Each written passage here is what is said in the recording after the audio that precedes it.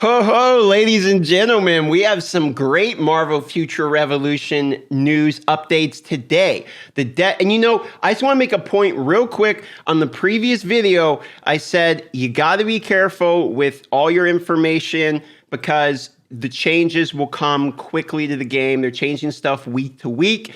And I stand by that because if you scroll down here real quick, continued hero balance improvements, they talk about this. They are rebalancing and adjusting heroes and working towards fairer balance continually. Okay, they said this is their highest priority. Hero balance right here, continued hero balance, number one. So we're going to go through this and break this down today, but I think right off the bat, it is important to highlight that heroes are going to be getting retooled. So people like Star-Lord, Captain America, people that people say are bad are going to be getting something to make them not as bad or what have you, okay? On top of that, we got new content coming to the game. We have new hero coming to the game. We've got all kinds of stuff, and we have a hero survey so that they can have information regarding their hero selection, etc. We have a lot of good stuff, okay? So I want to get down and break into this because this is actually all really exciting. We even have a level cap increase. All right, so let's just get into this right now. So check this out, okay? Greetings, Agent.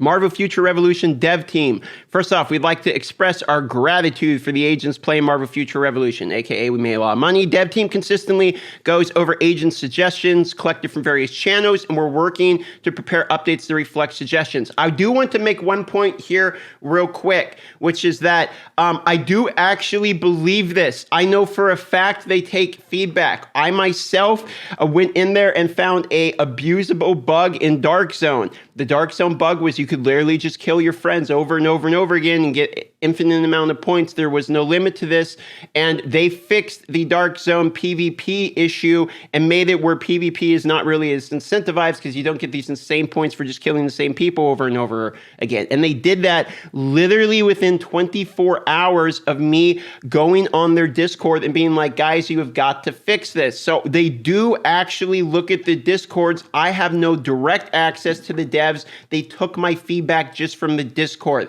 I would like to point this out here. So they are actually looking at feedback. I can put my word on that and tell you guys that. Many of our agents are looking forward to quick updates. We could not deliver sooner. Currently, the dev team is working busy for more wholesome update. We're doing our best to release as fast as possible. Keep in mind, this is translated from Korean, so some of the language is going to be a little different. Here's information on the upcoming version. So now we're actually going to get into the update. Okay, new territory, Dark Domain, Part 1. The level cap's going to be expanded right off the bat. Bang, they hit you, level cap. Probably going to go to 120 if I had to guess.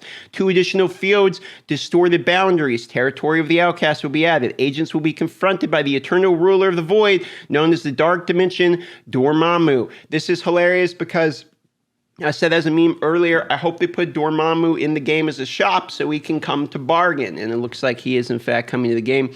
Distorted Boundaries is a space where powerful magic, a large number of civilians have been sucked in there. Basically, they're just going to tell you a little bit about the lore of it, okay? But basically, this is a new region like Midgardia, Xander, Sakaar. It's going to be another region. They say this will not be the last one. This is, look, Part 1. So you should probably expect our level caps to continually getting increased, and you should probably expect that to happen at a decent pace. This is another reason that I believe you want to be careful about expanding out your power too much between heroes, and you want to focus on your main one, being ready for more content as it comes. People are saying they're getting bored of the game already. Well, you should be focusing, preparing for the content coming ahead. This is your moment while you're bored to prepare for new stuff that is coming. Let's continue here.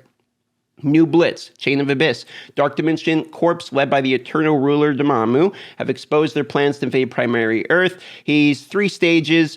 Look, oh, I got, God, I don't know what it is, but every morning I have to sneeze right in the middle of my videos. Everyone liked the last one, so I guess I'll leave that one in there. Dormammu transfers up for 3 stages. His combat style will have very different patterns from previous bosses. I'm assuming they're trying to make it where you cannot auto this as much. We'll break down why I believe that's what they're trying to do, because later on they actually kind of talk about that a little bit. The patterns were developed based upon the concept of Dormammu, the ruler of the dimensions, and the heroes who face him must avoid deadly attacks. while constantly moving through different spaces. Dodge the mighty thorns through the torn gaps in the dimensions. Challenge yourself to this new Blitz. AKA, we're going to have a level 120 Blitz coming to the game. This is another reason I believe the new dimension area is going to be scaled for 120, because all the dimensions go like 20, 30, 40, 50, 60. It could be to 110. I guess that would make more sense, right? Maybe I just disprove myself there. New mode, Epic Invasion, Mad Titan. Through much hardship and struggles, our heroes have defeated Thanos, who brought destruction to Hydra Empire and Xanderth. But the universe is wide. Dimensions are even wider. AKA, we want to reuse Thanos. So they're going to reuse Thanos here. Epic Invasions is 5 difficulty levels, and its bosses are more powerful and dangerous than those of the other content you've experienced thus far. Prepare to fight against Thanos of another dimension, who has begun his invasion of primary Earth. It will begin in 2 weeks after the new update. This looks like it's going to be some kind of PVE defense in the way that Xanderth defense sort of is for special operations. If I had to guess, that's what I think this is. Some sort of horde endless fight mode or something like that. I would like that. Moving on to improvements, it's time to adhere to the once various inconveniences. Now we're actually going to start getting into some stuff that I think is really, it's a much more the crux of the core of the game, stuff that needs to get fixed to have people not quitting the game, which is encouraging, because that's really what for me, as someone who's been in mobile games for a while doing content in it, if I'm looking at a mobile game, it's for years, not months. Like, I don't want to sit in this game, make this channel off this game, and then do 3 months of content. And so what I'm looking for as a content creator for longevity of the game and health and positivity of the community is changes for things that I would deem like infrastructure, like changes that are going to continue to allow new players and continued players of the game to not get frustrated and to not find major inconveniences that are highly annoying. And so for that reason, I think these changes upcoming here are going to be nice. They talk about balance changes here. There's not really too much to read about this. They just say they're going to be, we're looking into numerous opinions regarding our heroes and working towards a fairer balance. So I think what they're basically doing is I think they do watch some content on this. I think they look at content creators. I know for a fact they've watched some of my videos, and I believe they're watching some of other people's videos as well to kind of understand the balance and the numbers of it. For the reason I know for a fact they watch my videos and some of the other creators is I made a video talking about the stat beforehand used to be called accuracy, okay? And what accuracy actually did was max damage rate. So the stat max damage rate used to be called accuracy, which was really confusing and made no sense. And I made a video about this, and they changed it to max damage rate. So I do think what they're doing is taking opinions from content creators to rebalance these heroes. Now, moving on here, Blitz reward count. And to be honest, just to rehammer on this point, this is another reason that I really don't like jump to conclusion content where the first thing we do is go out and say all these heroes are trash, because we don't know that yet. The game has already gotten rebalanced a bit. The new servers are out. There's lots more people in the game. It give people a chance to actually go into the game and try it. You know, I think it's fair to say that the heroes would be more figured out once the game's actually released. So I think this is another reason that I try to stay from like Star-Lord's trash, it needs a buff type content, because I don't want them balancing off of just content creators' opinions. I think they should also look at like the mass public and what the average player feels about content, because I also don't like balancing for the very top. Personally, it doesn't make a lot of sense for me. I think you want to balance for the average guy that's playing the game, you know? That makes more sense to me. Blitz reward count improvement. Current reward count for Blitz is 3 times for each kind, but we will change the system to have an overall reward count for all Blitzes. This will shorten insignificant and repetitive play so that agents can focus on acquiring battle badges to match their current levels. I don't like this at all. The reason I don't like this at all is because unless they make the squad rank experience to the point where it's like all of them added together as free to play, you are actually losing resources. On top of this, I don't like this at all because you're losing particles. This is a massive nerf to particle farming, because they have to increase the resource game. Like, we need to get, the 1 and 2 star badges you get, we need to get massive amounts of those, and we need to get more particles. I'm not a fan of this change if it only goes down to like, oh, you can only do blitzes 3 times, especially since like badges that are level 100 and level 90 can both be good on people. If you get like a red one that's better than like your epic level 100 one. So for me, this seems like a fail change, but we'll have to see how it's implemented because we don't have the details on this yet. They could do it where you get way more badges now. Maybe you get like 5 badge rows or something. I don't know. We'll have to see. Certain contents, reward policy adjustment, and revival improvement. Okay, this is the part where I think I'm not sure how I feel about this. I am okay with this, but I'm also a little bit annoyed by this. Okay, in content where party play is recommended, such as Blitz and raids, if the hero's HP is 0 at the end of the session, rewards cannot be claimed. This is a nerf to people who are getting carried. You might automatically think this is a great change. You might automatically be like, I like this because I'm sick of people in my blitzes being AFK. I'm sick of people in my raid being AFK. Well, yeah, that probably will help that situation. And to be honest, I've been guilty of AFKing and some of this stuff after I die. Fair enough. And this is going to call out people from doing that. Okay, I understand that. Where this really hurts is in the social aspect. Free to play last night, I was playing, and shout out to Not LOL and Shia and Revision and this guy named Ryan from Sakar Server 3 because they carried me through a bunch of content. I mean, content where I was dead for it and I could just sit there and work in editing or whatever on my free to play while they were doing blitzes or whatever. We did that for about 20 minutes. They helped me with 2 ultimate raids and 3 level 100 blitzes because it would have taken me forever by myself to avoid all the attacks and all that. And their damage is like 10 times mine. So for that reason, this is kind of a bummer because I'm hoping that this portion is null and void for people that are in a previous party. So that way people can carry. But this might be a very smart hidden nerf to them allowing other people to essentially get carried. You will now have to hide, so you're not close enough to the boss to get killed. And even then, you're going to have to avoid stuff the whole time. So basically, you have to actively play now, which is both bad and good. In addition, if an agent does not revive for a certain amount of time, they're going to automatically exit from the content. This is the nerf from being carried. Basically, your friends, if you die, now you have to pay for the revive.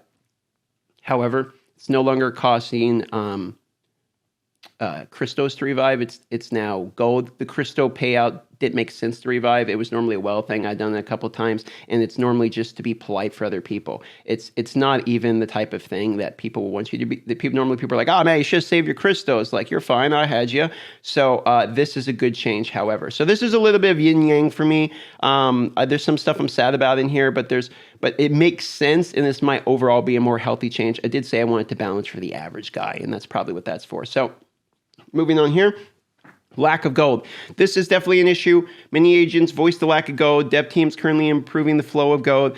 Here's the annoying part for me. The flow of gold was perfectly fine, and I would say just about balanced previously in Omega Flight, and then they increased the cost of potions, they increased the cost of reviving, etc. Obviously, that had a trickle-down effect on the amount of gold we have left for other things. This seemed obvious to me, and this seemed like this is what happens when you cut the amount of gold that is acquirable overnight by AFK farming, because now potions will eat into that. This just seemed obvious to me, and it's dumb that now they have to go back and improve this, because in my personal opinion, this should have not been an issue in the first place. Dark Zone changes and improvements. So Dark Zone, as it stands, PvP is not incentivized because the points aren't very good, and even if PvP was incentivized, it would be a giant cluster. Anyway, Dark Zone's basically either completely miserable to play and you just do it to try to get the badges and the title and, play with your alliance and, ego and all that, and top ranks and whatever you want to do, right? It's either that or you just don't do it. And as this states, what they're going to do is they're going to allow people to get experience in the Dark Zone, so that way if you're trying to level, I suppose this is now an option. I'm okay with that. Looking into the future, they're probably going to have some grinding aspect, aka OG Maple Story or something. In order to fight Mad Titan Thanos from Epic Invasion, agents are required to get stronger and can acquire XP by defeating a villain in the Dark Zone. Okay, there you go. So the Mad Titan Thanos from Epic Invasions, we have to get stronger, and we're going to have to grind it out. This is the change I like a lot. Dark Zone Channel 3 will change to will change to a channel where PvP won't be available. This is huge because now all of us lowly players that are free to play, and us WoWs, because I'm both, who want to go in, now have a place to go where we can just do PvE content. I think this is a really, really good change. The problem is it's going to get saturated very quickly with literally everybody. So they better be prepared to have more channels with this, because Channel 3 is very quickly about to become the new hottest club in all of March of Future Revolution, okay? Plus, this is going to be a great, like, I'm building a PvE set right now on my Well account, which is all supervillain damage cards, all supervillain damage set, like Savage.